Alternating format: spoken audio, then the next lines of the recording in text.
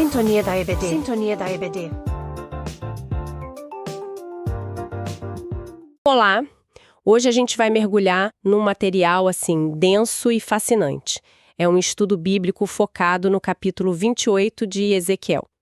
E a nossa missão aqui é explorar uma interpretação bem específica desse texto, que vê a profecia contra o rei de Tiro como algo muito maior, quase uma alegoria da queda de uma figura celestial que, bom, muitos identificam como Lúcifer.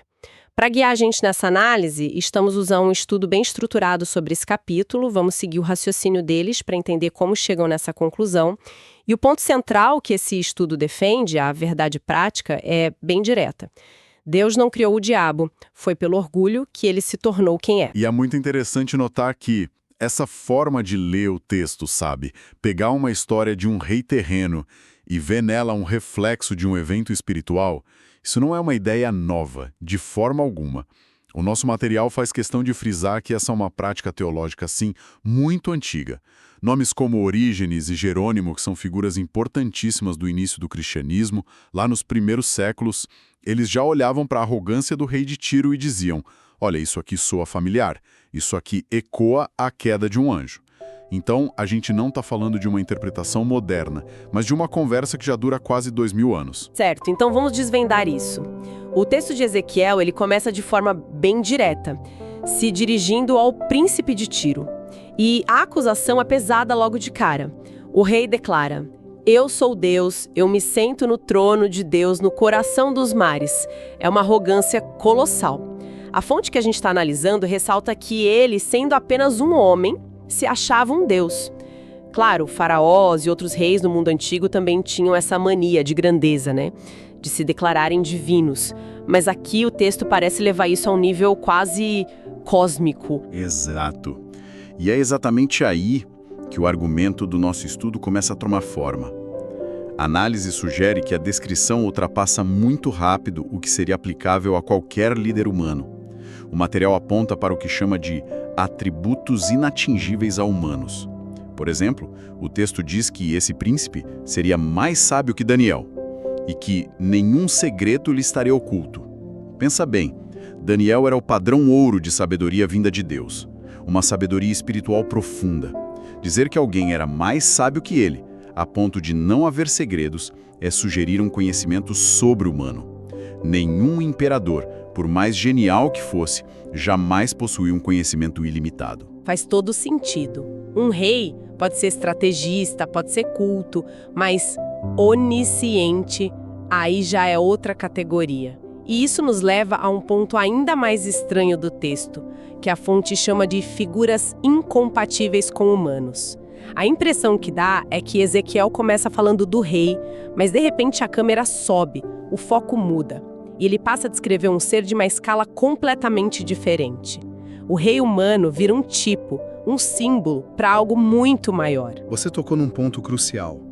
E a análise aprofunda essa questão. Por que usar um rei humano para descrever isso? Por que não falar diretamente da queda de um anjo? O que essa escolha de Ezequiel nos diz? O estudo sugere que a arrogância humana é o espelho perfeito da rebelião celestial.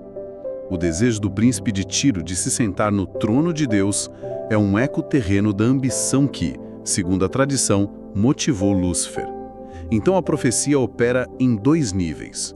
É uma condenação histórica de um governante orgulhoso e, ao mesmo tempo, uma janela para a origem de uma rebelião cósmica. Então o texto está descrevendo alguém que não é humano. Mas de onde ele veio? É aí que a profecia dá uma virada de 180 graus e a coisa fica, assim, cinematográfica. O tom muda de acusação para lamentação. E aqui chegamos no primeiro grande ahá do estudo.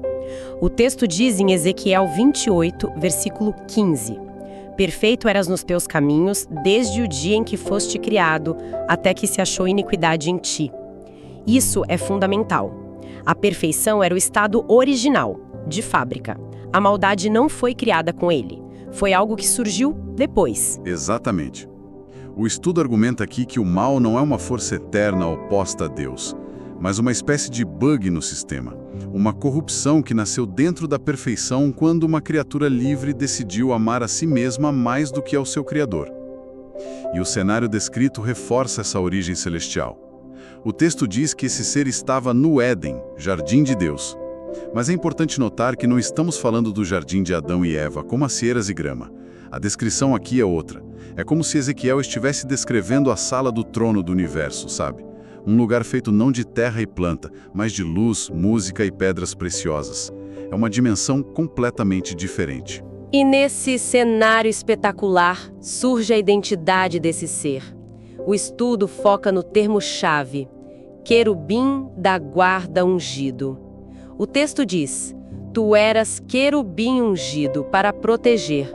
O que exatamente isso significa? Pensa num querubim não como um anjinho de bochechas rosadas, mas tipo como um agente do serviço secreto da realeza celestial. A função deles na simbologia bíblica é estar na presença imediata do rei, guardando o que há de mais sagrado e valioso. Eles guardavam o caminho para a árvore da vida, suas imagens cobriam a arca da aliança. Ser o querubim da guarda ungido era como ser o chefe da guarda pessoal de Deus, a posição de máxima confiança, acesso e honra. O texto o chama de sinete da perfeição, cheio de sabedoria e formosura. Era o auge da criação. Uau! A imagem é poderosa. Um ser criado perfeito, com a mais alta posição, no lugar mais sagrado. O que poderia dar errado? E é aí que a narrativa vira tragédia. A fonte da queda não foi externa, o problema nasceu dentro dele. O versículo 17 é direto e brutal. Elevou-se o teu coração por causa da tua formosura. Corrompeste a tua sabedoria por causa do teu resplendor. E aqui está a raiz de tudo, segundo a análise.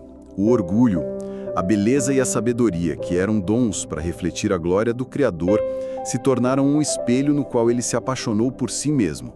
Ele começou a ver os dons como se fossem mérito próprio. O nosso material de estudo até cita C.S. Lewis, que descreveu o orgulho como o pecado fundamental, a essência do inferno.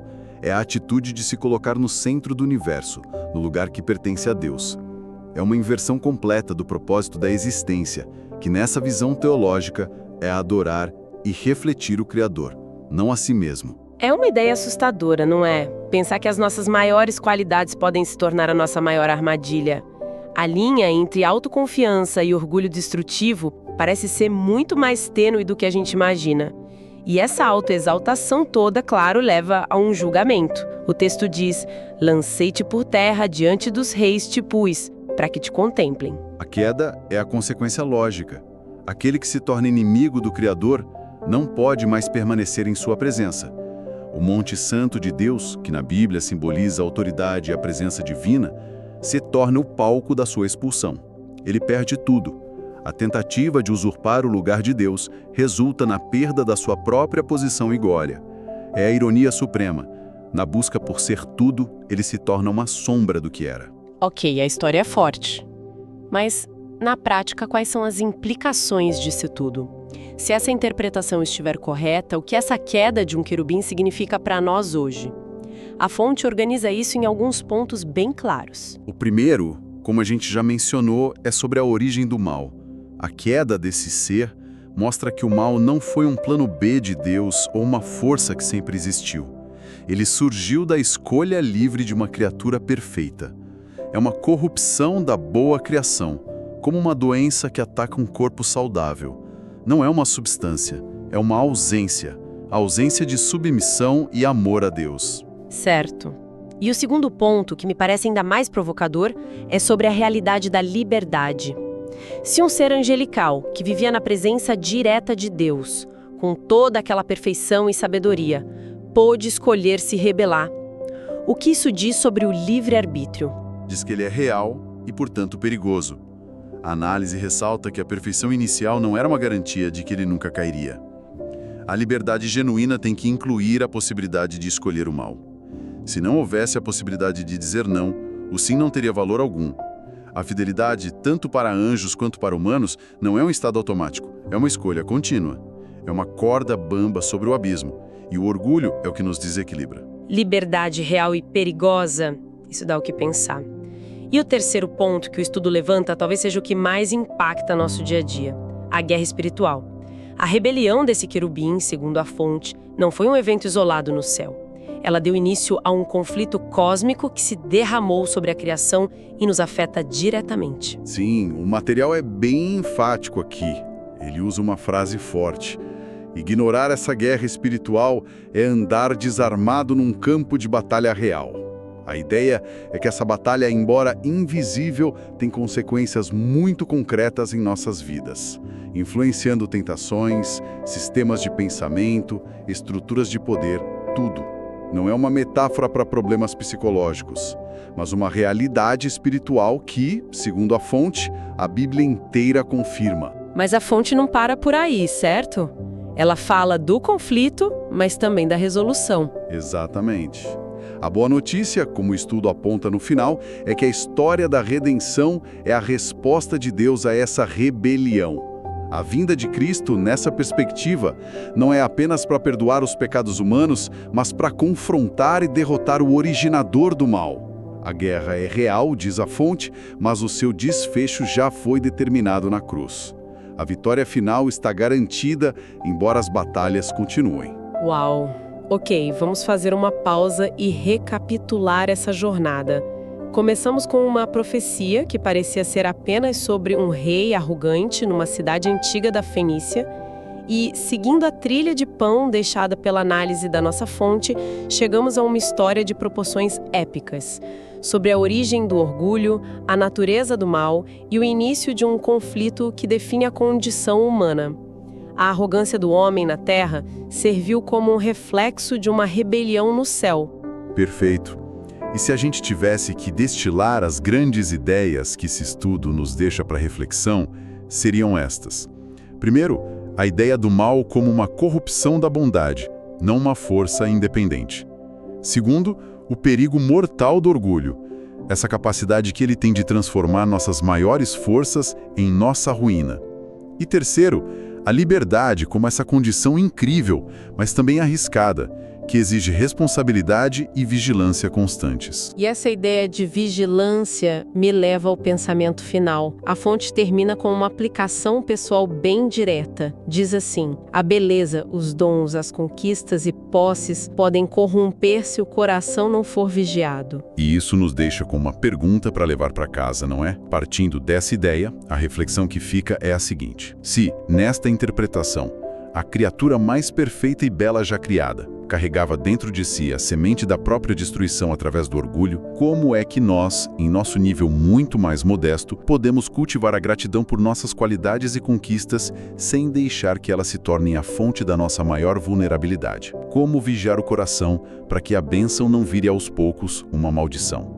Essa é a pergunta que a história do Veio de Tiro e do querubim caído nos deixa.